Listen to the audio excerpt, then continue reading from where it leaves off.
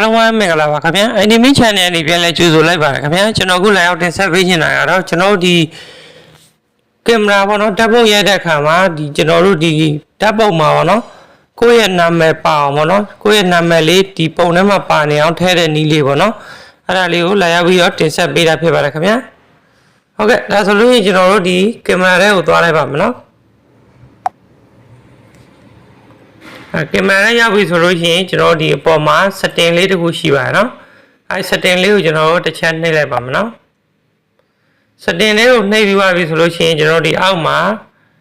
ဒီမှာပေါ့နော်အောက်ဆုံးမှာပေါ့နော်ဒီဟာလေးပေါ့နော်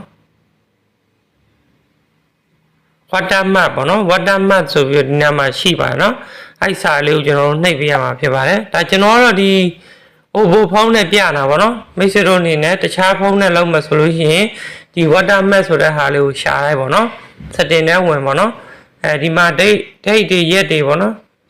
date တွေကျွန်တော်ရက်တွေအချိန်တွေပေါ့နော်နာရီတွေ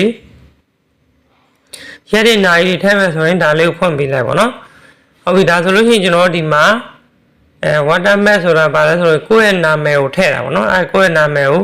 ဒီညာလေးမှာထည့်မယ်ပေါ့နော်ဒါကတော့ကျွန်တော်တို့ဒီဖုန်းမျိုးစားကိုထည့်ထားလဲရတယ်ပေါ့နော်ဖုန်းမျိုးစားနာမည်ထည့်လဲရတယ်ကိုနာမည်ထည့်လဲရပါတော့ဒါဆိုရင်ကိုနာမည်ထည့်မယ်ဆိုရင်ဒီနေရာလေးမှာ on ပေးလိုက်ပါတော့ပြီးလို့ရှိရင်ကျွန်တော်ဒီမှာဒီနေရာလေးကိုပေါ့နော် custom ဆိုတဲ့နေရာလေးကိုနှိပ်လိုက်မယ်နှိပ်ပြီးလို့ရှိရင်ဒီမှာကိုရဲ့နာမည်ပေါ့နော်ထည့်လိုက်မယ်ပေါ့နော်ကိုချစ်သူနာမည်ဖြစ်ဖြစ်ကိုနာမည်ဖြစ်ပေါ့နော်နာမည်လေးထည့်ပြီးဒီမှာအမှန်လေးချက်လိုက်ပါတော့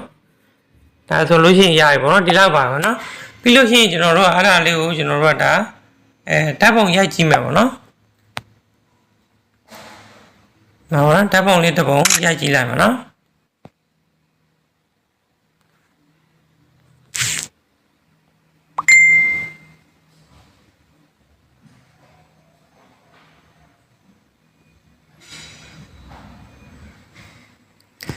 ပြီးပြီဆိုရင်ကျွန်တော်အဲ့ဓာတ်ပုံလေးကိုကျွန်တော်သွားပြီးတော့ဝင်ကြည့်ပေးပါမယ်နော်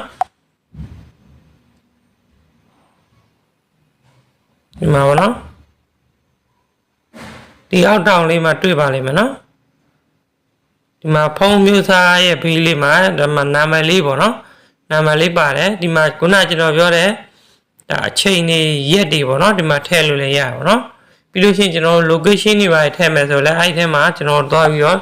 ထည့်လို့ရပါတော့ဒီမှာ setting ထဲမှာပဲရှိတယ်ပေါ့နော်ကိုရောက်နေတဲ့နေရာကိုဒီမှာပေါ့နော် location ဆိုတာရှိတယ်အဲ့ဒါလေးကိုဖွင့်ပေးထားမှာဆိုလို့ရှိရင်ကိုဘယ်နေရာရောက်နေလဲဓာတ်ပုံရလို့ရှိရင်အဲ့ဓာတ်ပုံမှာ location အတိအကျဒီမှာလာပေါ်တယ်ပေါ့နော်အဲ့လိုမျိုးပေါ်ပါတယ်ဟုတ်ကဲ့ကျွန်တော်ဗီဒီယိုလေးကတော့ဒါပါခင်ဗျာမိတ်ဆွေများလုံးကိုထူးပဲကျေးဇူးတင်ရှိပါတယ်ကျွန်တော်ဗီဒီယိုလေးကမိတ်ဆွေတို့တော့အကျိုးရှိတယ်ပူးထူရရဆိုလို့ရှိရင်ဗီဒီယိုလေးက subscribe ဆိုတဲ့နေရာစာသားလေးကိုနှိပ်ခဲ့ပေးပြီးတော့ပေးတာခေါင်းလောင်းလေးပေါ်လိုက်ခေါင်းလောင်းလေးကိုဝတိတကြောင့်တောင်းဆိုခြင်းပါတယ်ဒါမှလည်းမိတ်ဆွေတို့ရဲ့ဖုန်းထဲကိုနောက်ထပ်ဗီဒီယိုအသစ်တွေရောက်လာမှာဖြစ်ပါတယ်ဟုတ်ကဲ့အားလုံးကိုကျေးဇူးတင်ပါတယ်ခင်ဗျာ